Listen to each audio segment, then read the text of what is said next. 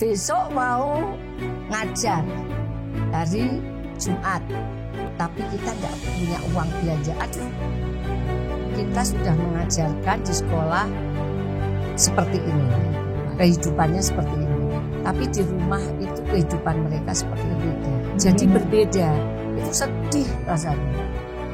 Saya dapat anak 5, langsung dianteri anak 5. Bu, iki titip nggih. Sekolah nggih. Terus dia pergi sekolah lagi mana ibunya di penjara. Masya Allah.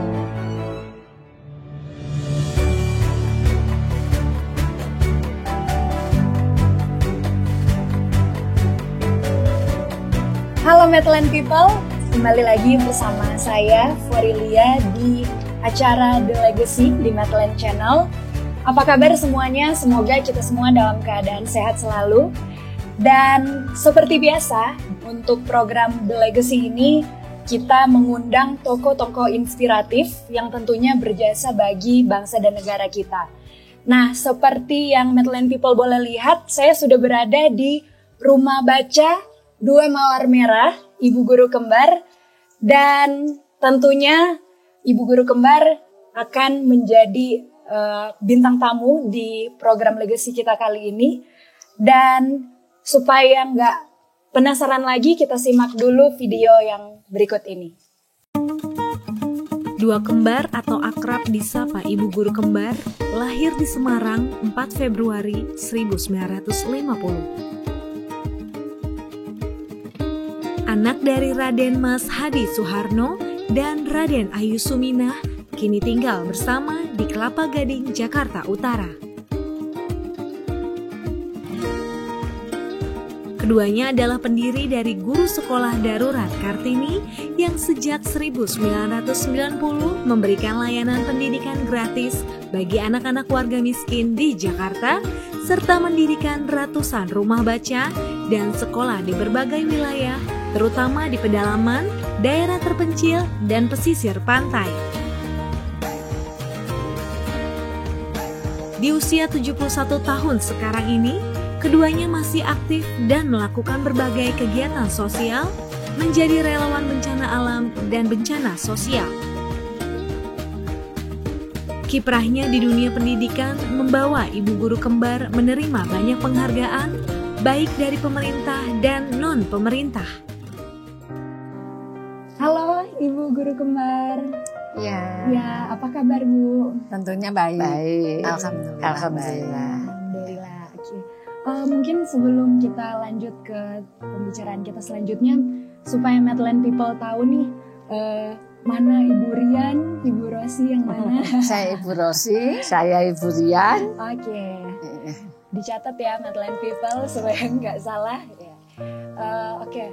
Boleh ceritain Bu, aktivitasnya sekarang ini ada apa aja? Dalam masa pandemi kita tetap masuk sekolah setelah dibolehkan, PPKM-nya sudah ke level 3. Jadi hari Senin dan Sabtu kita tetap masuk pelajaran biasa, tetap masak juga untuk makan mereka.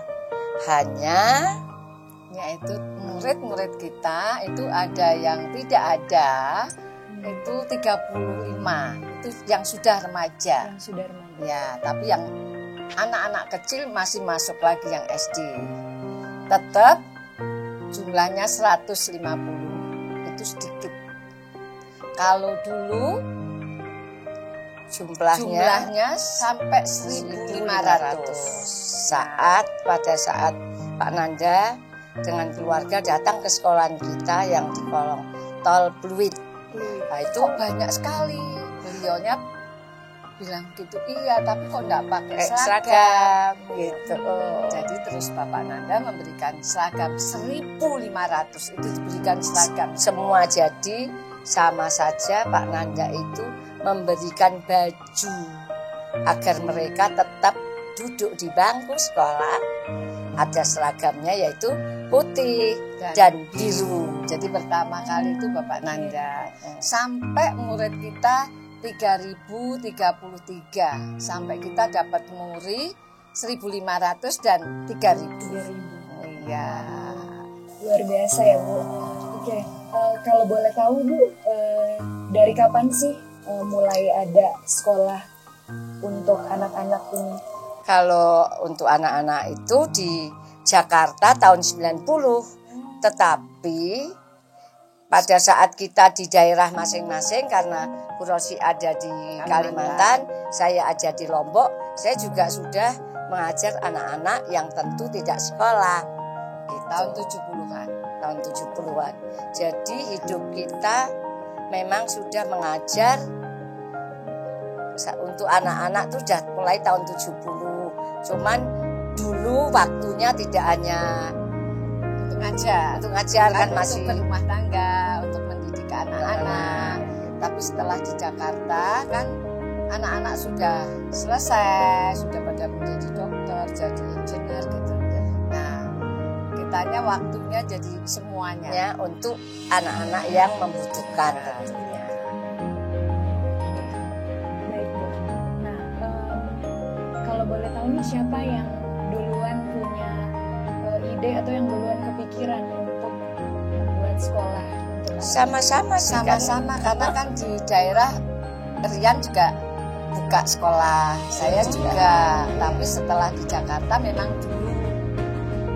saya dulu di Jakarta tahun 90 jadi bikin sekolah di pojok-pojok ya. Pojok-pojok kota Jakarta. Terus tahun 95 Ibu Rian kan ada di Jakarta juga. Nah, terus sekarang ya jadi satu lah. Ya. Tadinya hanya baca tulis dan keterampilan untuk ibu-ibu. Terus ada kelas anak kecil. TK, dulu belum ada PAUD. Terus ada PAUD, ada SD, ada SMP, ada SMA, dan sampai Akademi Indonesia. Kita punya akademik, semuanya gratis. Wow, luar biasa sekali ya Medland People. Begitu Ibu Guru Kembar ini sangat menginspirasi para generasi bangsa Indonesia untuk memberikan pendidikan gratis kepada anak-anak yang kurang mampu, lebih khususnya. Nah, lalu Bu, boleh ceritakan gimana Ibu Guru Kembar ini bisa bertahan sampai kurang lebih 30 tahun ya? 31. 31 tahun. Iya. Itu ya tentunya karena begini, tadinya beli beras. Kan kasih makan setiap hari kan. Nah, setiap hari terus ada pandemi, kita kasih beras setiap minggu sekali. Karena pandemi kan tidak ada sekolah. Terus setelah ada sekolah, seminggu 2 kali kita kasih makan. Tapi sebelum pandemi ngasih makannya beli beras terus kan mahal. Muridnya 3.000 kan banyak berkarung-karung. Iya. Saya pikir terus beli sawah. Nah ini sawahnya ini di atas, ini di sini, ini, itu di di samping sana. sana. Nah itu untuk Berasnya ini bapak pulang ke Jakarta untuk makannya anak-anak. ini saya yang bawa sendiri. Jadi saya pakai mobil, ya saya yang nyopir, saya berangkatnya, Ibu Rian pulangnya. Pakai Pajero itu, kita ngambil padi yang sudah kering, kita giling di sini, kita tungguin sendiri, kita masukkan sampai 500 kilo. 550 kilo. Itu kita sekali ngambil itu. Nah, terus kita pulang ke Jakarta, kita pakai makan. Untuk anak-anak. Tapi Ya. juga kadang-kadang saya kalau sudah sampai betul-betul enggak punya sama sekali, habis, anak-anak biar dapat sembako dari Metropolitan Peduli. Oh iya. Nah, Ya. itu ngasih Sembako. sembako, Iya. obat, seragam gitu. Jadi memang kita berteman dengan Bapak Nanda, Medland Peduli. Dulu belum ada Medland Peduli. Bapak Bapak Nanda. Nanda saja itu sudah dari tahun 96. Dari tahun 96. Iya. 96. Oke. Keluarga Bapak Nanda itu sudah 96. Kebetulan kan dekatan rumahnya kan di Oh, Kelapa iya. Gading. Iya. Jadi sama-sama habis itu bangun. Iya, sekolah. kita juga tetap memperhatikan yang bagi orang anak-anak yang kurang mampu. Tentunya nomor 1 disuruh sekolah, tapi tidak dikasih makan, ya enggak mau sekolah. Ya untuk bisa sama kan dia juga makan anak sekolah lain ya. Ya kita kasih makan dulu. Juga Kita bajuin dulu, kasih sepatu dulu, kita kasih mandi dulu, seragam. kasih makan, baru Iya. kasih pelajaran. Oh, oke. Jadi lengkap ya, Bu. Jadi Lengkap. nggak hanya pendidikan aja, Betul. tapi lengkap. Makan Dari dulu. Makan dulu. kebutuhan. Pak Nanda kan juga bilang nomor 1 itu harus makan dulu. Dia Loh di iya, jalan kok. loh dia di jalan kok. Disuruh duduk sekolah yo lapar yo nggak bisa. Tadinya gini, anak ini kalau di sekolah Kok kita kan keluar? bikin sumur Keluar ke sumur terus. minum. Minum. Sebelumnya kan nggak dikasih makan. Saya nggak tahu kalau nggak makan. Terus saya tanya sudah makan? Belum. Satunya Yang sudah makan? TK sana sudah makan belum? Belum. Yang di sini saya tanya juga belum makan. Oh kasih makan saja. Terus Terus dikasih kita kasih susu sama sama roti. Ya salah lagi. Salah lagi. Anaknya bilang masih lapar, Lapar. katanya. Nah terus besoknya bawa beras. Kita bisa Bab- masak kok Bu. Bisa masak pakai apa? Pakai kayu. Pakai kayu. Ya Dia udah, yang masak. masak. Jadi kita Tambah beras kitanya belajar sama pakai dia. pakai kayu. Sekarang pinter kitanya pakai kayu juga. Oke, jadi saling Iya, saling. Kita belajar juga Oh, dengan belajar dia. juga. Wah, menarik sekali. Jadi anak-anak juga nggak cuman belajar akademis, Betul. tapi Ya. juga Belajar akhlak, Kehidupan. kehidupan. Ya, Iya. tapi juga harus dikasih agama dan akhlak, budi pekerti. Itu harus kenegaraan, cinta tanah air itu harus berpancasila. Karena Pancasila adalah bagian dari kehidupan manusia Indonesia sehari-hari. Kalau enggak nanti melenceng. Kan gitu. Iya. Bukan tugasnya orang tua aja, tapi juga tugas seorang guru, muridnya harus berpancasila karena kita hidup di Indonesia. Nah, bagus sekali nih pesan-pesan yang kita dapat dari Ibu Guru Kembar, Ibu Rian dan Ibu Rosi. Nah, selanjutnya boleh ceritain Bu, mungkin selama 31 tahun ada di Kolong tol. ya itu gimana suka dukanya? Wah, kalau dukanya sedikit saya bilang karena kita tidak merasa duka. Karena kita berangkat dari rumah dengan hati ikhlas bahwa kita mau mengajar. Jadi ya tidak merasa susah, Kan berbagi. kan berbagi. Berbagi yang kita punya. Iya. Tidak hanya materi, tentunya ilmu. Kalau kita melihat anak-anak itu sudah berhasil kehidupannya, tidak kriminal dan amoral saja, itu kita sudah bahagia. Berarti kita sudah mendapatkan sebuah kebahagiaan yang tidak bisa dibeli itu. Jadi ya kita itu ke kolong tol itu kita beramal, tapi juga itu menimbulkan diri kita tuh kebahagiaan karena kita juga selama ini sehat. Mensyukuri. Susahnya kalau kita tidak punya duit. Nggak Iya, punya anak-anak mau ujian. Ujian. Zaman dulu kan ujian bayar. bukan belum di sekolah kan, sekarang tidak ada ujian nasional. Iya. Nah, berarti kan kita tidak keluar uang. Ya, betul. Dulu satu anak 1 juta loh. Bayar. Yang Bayar kita SD, SMP, SMA. Lah, Yang kita- bayar kan kita. lah kalau Nah. tidak punya uang itu susah. Nah, sekarang tidak ada ujian. Ya kita Tidak ngadain ada ujian ujian sendiri. Ada ujian sendiri. Tidak perlu keluar banyak uang. Yang penting ngasih makan anak-anak tuh kita sudah bahagia. Kalau tidak punya uang itu waduh susah. Karena apalagi kalau gini, besok mau ngajar hari Jumat, tapi kita tidak punya uang belanja. Aduh, Berasnya Iya. punya. berasnya punya, Belanjanya. belanjanya nggak punya. Belanja paling sedikit kan 500.000. Iya. Kan Lah. untuk anak-anak banyak. Lah, ini- Nah itu yang di kulkas dikeluarin semua. Di kulkas saya keluarin semua. Saya bawa ke sekolah. Ya, Dimakan ya cukup. Ya cukup, udah itu aja. Nanti kan uangnya datang lagi. Kalau itu hasil dari apartemen, dari kontrakan, Ya, gitu. dari rumah sakit. Karena sekarang rumah sakit Ya, juga juga turun 30%. lalu apartemen juga tidak ada yang laku. Yang laku. Waduh, Kosong semuanya. jadi susah sekarang ini. Oke. Nah, lalu kalau yang paling membanggakan nih Ya. Sama ini selama ini, tentunya kalau anak-anak tuh sudah jadi, apalagi Datang sekolah. datang ke sekolah. Bu, sekarang saya sudah kerja di kapal Gitu. pesiar. Gajinya berapa? 800. $800. $800. Iya. Wow. Itu kecil. Nanti itu. kalau saya sudah 2 tahun gitu, saya 1.500, Bu. Nah, kamu Oh. bagian apa? Saya bagian masak. Jadi masak asisten chef. Saya masak nasi bisa. Kan diajari Bu Guru masak soto ayam Ayam. katanya. Wah. Jadi soto ayam Ya. itu kalau di kapal pesiar itu makanan hebat.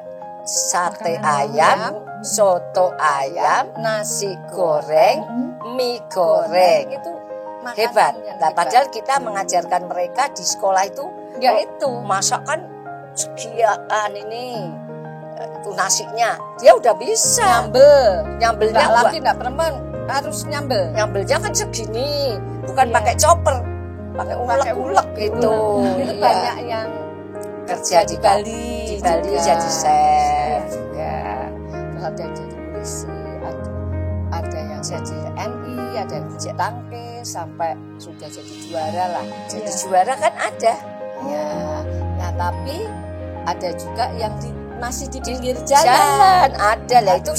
sedih itu. Itu sedih. Kalau masih gini-gini terus gini, aduh, itu saya lewat dia gini-gini, terus saya buka, malu dia. Karena kan kita selalu pesan harus sekolah.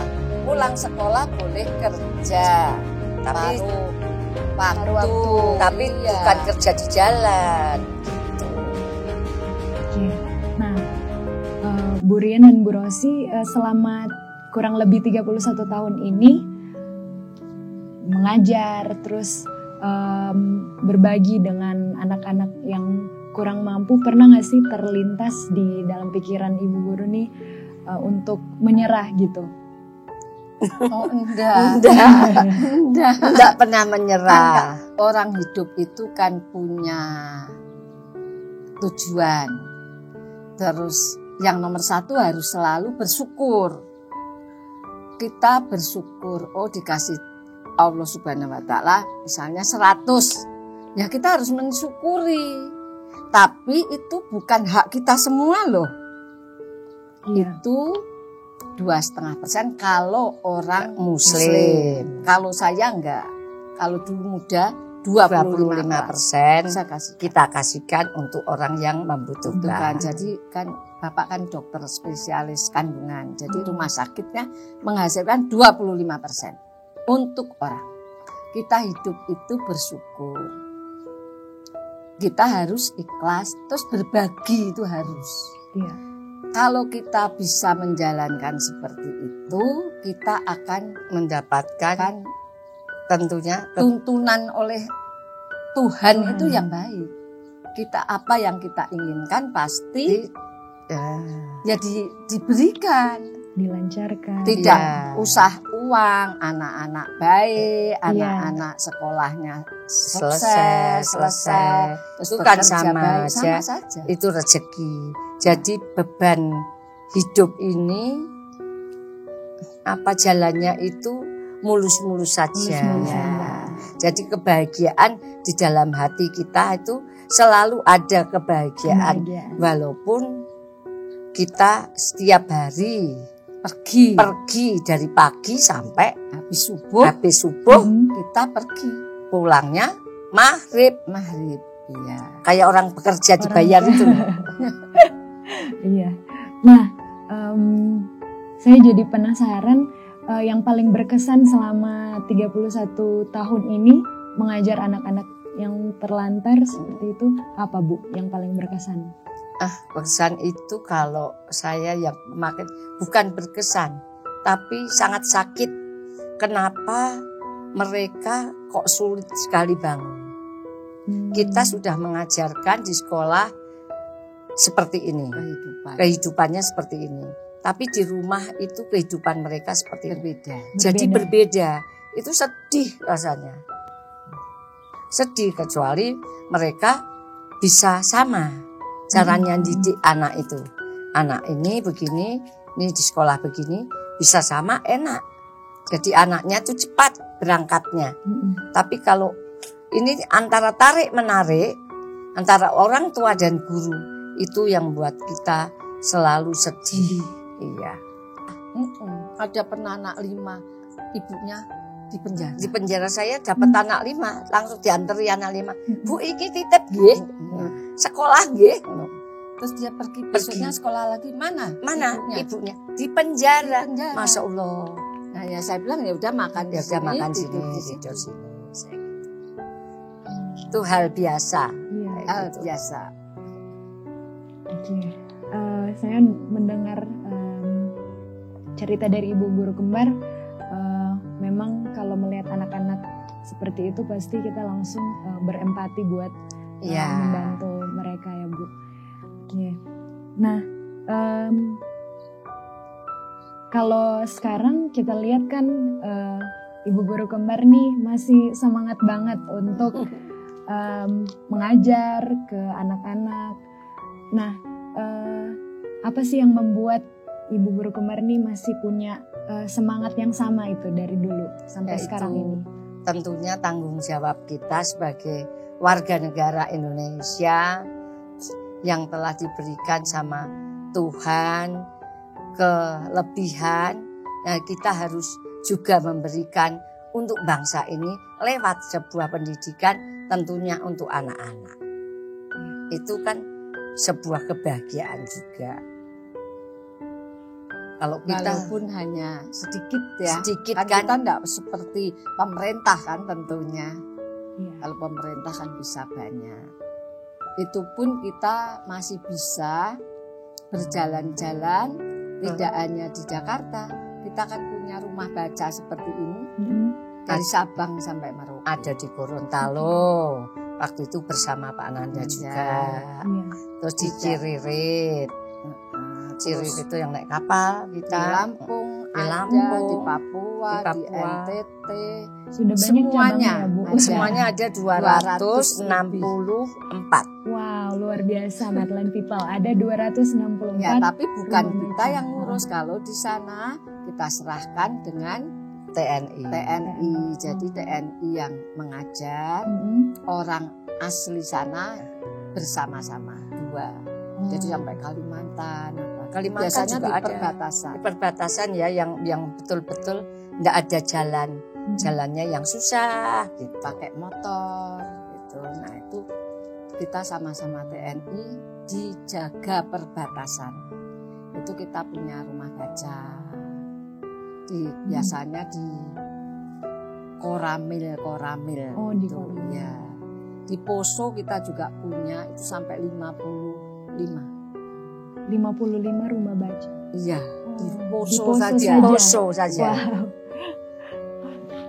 Kalau sama TNI gampang karena kan sudah ada rumahnya. Nah, tinggal diperbaiki sedikit sudah jadi. Langsung isi buku, kegiatan itu akan berjalan dan tentunya akan membuat untuk anak-anak sekitar lah. Anak sekitar itu pandai, terus lagi juga bisa diajarkan Pancasila, cinta tanah air begitu. Kalau kita sendiri berdua ya nggak bisa. Kita kadang-kadang juga kalau pergi gitu jauh nggak bisa. Kita barengan sama Medline Peduli juga. Saya bilang ayo kita ke sana gitu. Dulu pernah nyunatin zaman tahun kapan itu? 200 itu anak. Tidak jauh dari Jakarta, hanya di Pulau Seribu. Karena umur 16 belum itu belum sunat. Zaman ya kira-kira 25 tahun yang lalu lah. Jadi kita ngobati di sana. Saya ngobati sendiri Berdua daripada jalan-jalan karena speed yang putih itu ke sana. daripada nganggur kita ngasih obat. Belum ada puskesmas di sana. Nah, orangnya bilang, ini Bu, belum sunat loh Bu dokter. Yang dokter bukan saya, itu anak saya. Itu yang cewek-cewek itu yang dokter anak saya bilang. Panggilnya ibu guru aja saya. Bu disunati. Terus disunati kita sama-sama dengan Medland. Dengan UI dan Pondok Indah.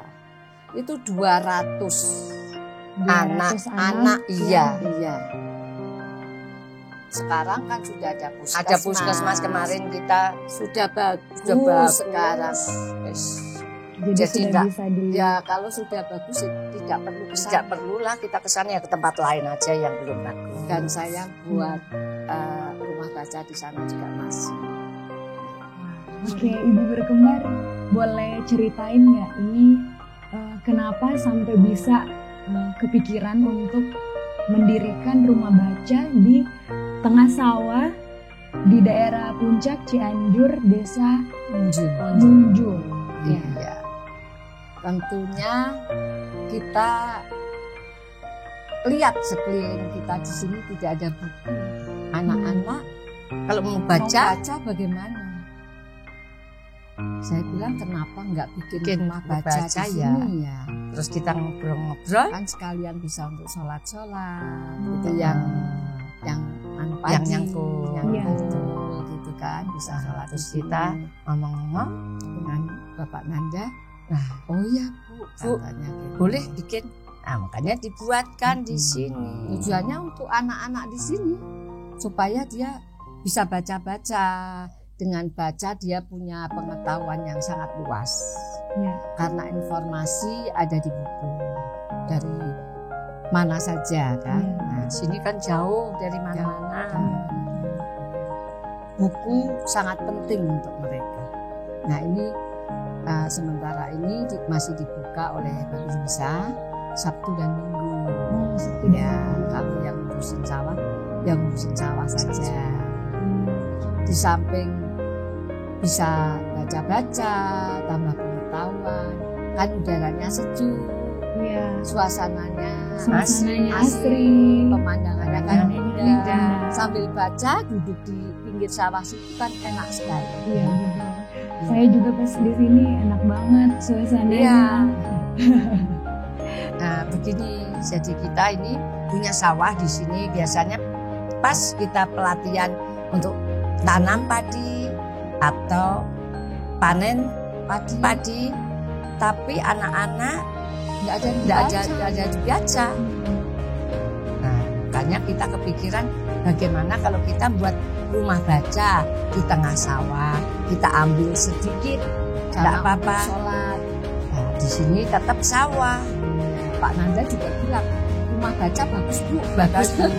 Tuh. Terus gini, nah itu tanahnya siapa?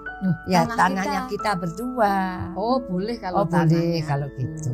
Jadi tidak akan bikin sengketa. Makanya Medland juga menyetujui membuatkan taman baca, rumah baca di Desa Munjul, Puncak Cianjur. Oke Bu, nah Medland People nih sepertinya penasaran dengan masa kecilnya Ibu Guru Kembar mungkin ya. Jadi boleh ceritain? Boleh. Kalau Ibu Rian senangnya pergi kemana? Kalau saya memang suka ke tempatnya yang rumahnya beda. Jadi rumahnya kita gedung, tapi yang rumah-rumah yang kecil-kecil itu di pinggir kali saya suka ngeliat-ngeliat gitu, kok beda dengan kehidupan kita. Tapi keluarga kita sangat disiplin. Dia lompat dari pagar, lompat dari pagar. Terus tidurnya dikasih bantal, diselimutin, terus dia lari lewat jendela pergi. Tapi saya kan enggak, saya tidur siang. Oh ya. Iya. Kita sangat disiplin, pulang sekolah ganti baju, makan, terus tidur. Habis itu kita tidur, kita disuruh bikin kue, bikin rempeyek. Itu SD kelas 2 dan 3. Dapatnya sampai berblek-blek. Iya. Kalau nepung tepung beras. Sekarang kan Itu beli. Dulu nggak kita tepung. Ya tepung gitu berdua ini. Bikin rempeyeknya disetor ke toko-toko. Ya seperti itu waktu kecil. Berarti dari kecil memang Oh iya, Iya. sangat disiplin. Padahal kita tidak kurang Bukan makan. kurang makan. Bapak saya engineer, ibu saya seorang kepala sekolah, Guru. tapi kita sangat ditekan. Merasanya waktu Perasaan Waktu tekan. kecil. Kita sekarang ternyata, Oh, ternyata banyak itu manfaat. Bang. ya, Bu. Dan kalau berbagi, karena setiap hari Sabtu ikut kita bapak. ikut bapak naik mobil Jeep jeep Putih. putih. zaman dulu. Itu isinya Terus isinya beras. kantong-kantong. Nah, karena bapak saya kerjanya di PJKA, selalu melihat orang miskin Kan di pinggir di rel. pinggir rel kereta. Nah, itu kita kasih beras Satu. satu pintu. Yang ngasih bapak saya sih. Saya ikut aja. Saya ikut. Kan Terus kecil. nanti kalau sore ngajar. ngajar. Bapak huruf. yang Nah, saya buka huruf ikut lagi di belakang. di belakang. Nah, mungkin itu semua saya lihat bapak saya berbagi. Ibu saya harus kerja Terus. harus disiplin, harus begini. Jadi semua itu ada pendidikan Dari dari rumah. rumah yang membentuk kita jadi seperti Bentuk sebuah karakter itu dari rumah. Iya, seperti itu. setuju. Dan sekali. sangat disiplin. Harus kerja keras. Harus kerja. Nanti kalau sudah selesai mandi, kita nggak usah disuruh belajar. Kita sudah buka buku sendiri, Iya. belajar sendiri. Paling kalau nggak bisa, tanya saya sama bapak saya, Pak ini kok nggak bisa? Loh kamu kan belum sampai situ. Ya tapi aku pengen tahu sampai situ. Jadi satu buku Satu kita buku itu habiskan. 1 hari Iya, saya. matematika. Matematika. Wow, luar biasa. Iya. Oke. Jadi semua itu dari orang tua. Memang galak, memang sangat disiplin. Jadi nggak ada waktu main. Men. Tidak ada waktu untuk bermain. Ya, jadi dari kecil memang Pendidikan Orang pendidikan tua yang pendidikan. membentuk karakter Membentuk anak karakter. sampai sekarang. orang tua adalah role model kita ya. Nah, Bu. iya. role model kita. Iya, betul. Nah, jadi Matalan People, Ibu Guru Kembar ini memang dari kecil sudah dididik untuk menjadi disiplin, jujur, Kerja keras. kerja keras, Ya. dan Tapi sampai harus akhirnya- berbaik hati. Ya, tapi juga jangan lupa untuk tetap berbaik hati, untuk berbagi Iya. kepada Iya. sesama ya Bu. Nah, jadi kita boleh lihat nih, ternyata Ibu Guru Kembar dari dulu sudah punya karakter-karakter ini sehingga bisa mendirikan sekolah untuk anak-anak yang kurang mampu. Wah, luar biasa sekali apa yang sudah dilakukan oleh Ibu Guru Kembar ini, Matalan People. Nah, mungkin kita juga mau dengar nih apa pesan-pesan dari Ibu Kembar untuk generasi muda Indonesia, khususnya kalangan pengajar atau mungkin di bidang pendidikan. Boleh Bu? Maupun milenial. Ya, milenial betul. Ya, tentunya berbagi, karena berbagi. Kalau saya ya, kalau hidup di dunia tidak berbagi itu adalah hidup yang sangat merugi. Nah, untuk milenial, generasi penerus, berbagilah sepunyanya. Tidak harus Tidak uang. harus uang, karena keterampilan yang kita ajarkan kepada mereka itulah yang bisa menghasilkan uang, itulah yang bisa untuk hidup mereka. Ya kalau sekedar baca, tulis, berhitung, terus keterampilan itu sudah bisa itu. Keterampilan itu kan bisa apa aja, bengkel mobil, bengkel motor saja. Iya. Terus masang bata saja. Pasang bata nanti kan bisa kerja di bangunan. Itu udah bagus. Terus ngaduk semen, banding berapa. Itu adalah sebuah keterampilan. Ya. Menanam. Itu paling baik karena itu ketahanan pangan di Indonesia ya. Nah kalau semuanya di kota, terus yang nanam siapa ini? Itu yang nanam udah tua tuh, mantap tuh, sudah tua kan? Sudah nggak lihat lagi kalau jauh. Nah, kalau udah ada gantinya, terus ini berasnya bagaimana nanti? Iya, jadi yang boleh kita tangkap nih dari pesan Ibu Guru Kembar, kita harus bersyukur dan juga harus berbagi, kerja keras, pantang menyerah, pantang menyerah, sesuai dengan jalan spirit ya. Pantang menyerah. Oke, nah terakhir nih Bu, harapan Ibu Guru Rian dan Ibu Rosi untuk kedepannya, khususnya untuk Sekolah Darurat Kartini dan umumnya untuk pendidikan di Indonesia. Harus tetap ada sekolah model. Tempat kita tuh kan role model sampai ke dunia. Jadi ada